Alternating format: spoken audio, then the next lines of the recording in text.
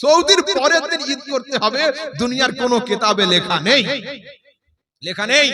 Saudi কোনো শরিয়তের নাম নয়, সৌদি কোনো হাদিসের নাম নয়, সৌদি কোরআনে কোনো আয়াতের নাম নয়। রাসূল ইন্তেকালে বলেছেন, আলাইকুম বিসুন্নতি ওয়া সুন্নাতিল খুলাফায়ে রাশিদিন, তোমাদের উপরে আমার সুন্নাত ধরা যেমন ওয়াজিব, আমার খুলাফায়ে রাশিদিনদের সুন্নাতকে মজবুত করে আঁকড়ে ধরে থাকতে হবে। দেখুন, প্রত্যেক বছর আমাদের সমাজে চাঁদ নিয়ে সমাজে ঝামেলা কিন্তু হয়, আর আমরা পিছিয়ে আছি কেন? 364 দিন মৌলবীরা আমরা চুপ থাকি, আর যেদিন বাঁধ ভেঙে পানি ঢোকে সেদিন গ্রামের লোককে ডেকে তাড়াতাড়ি মাটি ফেলার ব্যবস্থা করি। সারা বছর কিন্তু আমরা কেউ হেলাল কমিটি অর্থাৎ চাঁদ কমিটি তৈরি কিন্তু করি না, তাই না? আমরা চুপ থাকি। আর চাঁদ রাতে গিয়ে ফতোয়া দিই, রেডিওর সংবাদ চলবে না, টিভির সংবাদ চলবে না, সৌদির পরে ঈদ করতে হবে চলবে না। তো সারা বছর যদি ব্যাকগ্রাউন্ড তৈরি করতাম তো সেদিন আমাদের পরিশ্রম করার কোনো দরকার হতো না। তো এখন ঈদ আসতে লেট আছে, আর সামনেই তোমরা দাঁড় করিয়ে রেখেছো। আমি চাইবো চাঁদের মশলাটাকে সুন্দর করে হাইলাইট করে লোক পর্যন্ত পৌঁছে দাও, প্রকৃত ইসলাম কাকে বলে লোককে জানাও। কোরআনে কারীম সূরা আল বাকারা আয়াত নাম্বার 189, আল্লাহ পাক বলছেন, নবী ইয়াসআলুনাকা আনিল আহিল্লাহ, দুনিয়াবাসী লোক তোমাকে নতুন চাঁদ সম্পর্কে জিজ্ঞাসা করবে যে রাসূল চাঁদ উঠছে নামছে কেন? কুল, তুমি জানিয়ে দাও, হিয়া মাওয়াকিতু লিন-নাসি, চাঁদকে আল্লাহ পাক নতুন করে উদয় এই জন্য করেন যা দ্বারাতে তোমাদের সময় নির্ধারণ করা সুবিধা হয়। কোরআন।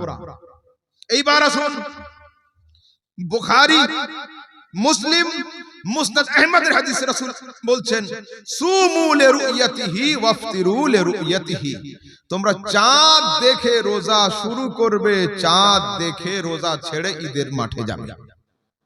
কি বোঝালাম? চাঁদ দেখে রোজা শুরু হবে, চাঁদ দেখে রোজা ছাড়তে হবে। এখন সমাজে বেশ কিছু মানুষ প্রশ্ন করবে, যদি এখন 3 দিন ধরে বৃষ্টি হয় তাহলে কি আমরা 33টা রোজা রাখবো?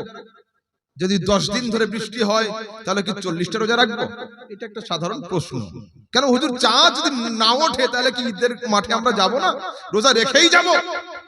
ইসলাম যেখানে থাকে সেখানে অন্ধকার থাকে না, অন্ধকার যেখানে থাকে ইসলাম সেখানে থাকে না। আসুন, আপনি আজকের প্রশ্ন করবেন, 1500 বছর আগে রাসূল সাল্লাল্লাহু আলাইহি ওয়াসাল্লাম প্রশ্ন ক্লিয়ার করছেন, ফাইন গুম্মা আলাইকুম ফাআকমিলু ইদ্দাতা শাবানা 30, যদি আকাশ মেঘাচ্ছন্ন থাকে তোমরা 30 পূর্ণ করে নিয়ে ঈদের মাঠে চলে যাবে।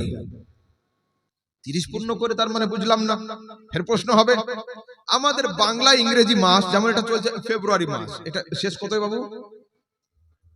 28।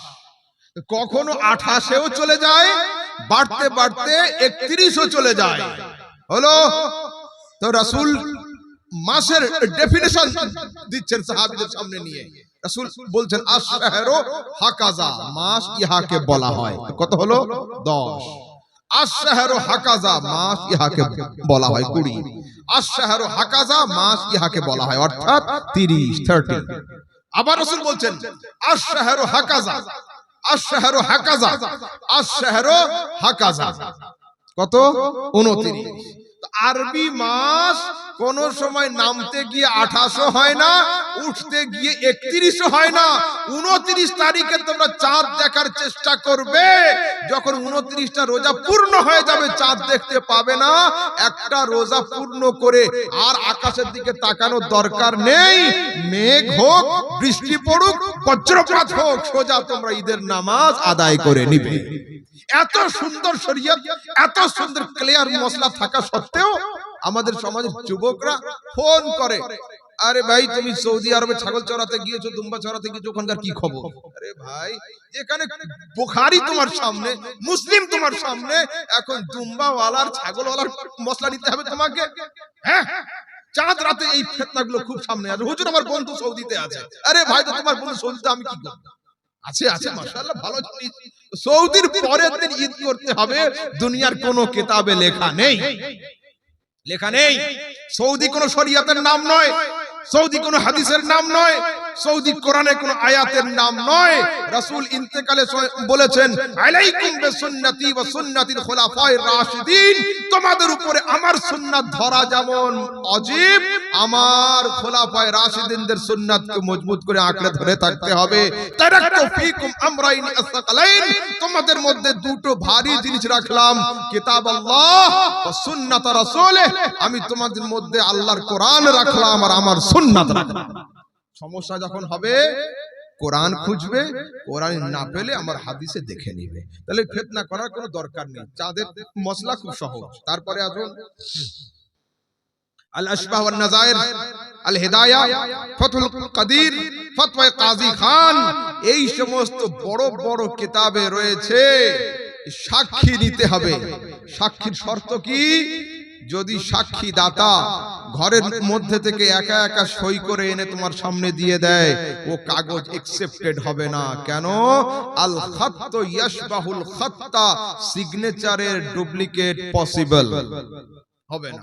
সাক্ষ্যদাতা তোমার সামনে সই করবে, তারপরে যদি কেউ দূর থেকে খবর দিয়ে দেয় বলতে হবে না। কেন?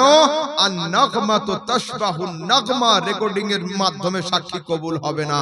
কেন? আওয়াজের নকল হয়ে থাকে।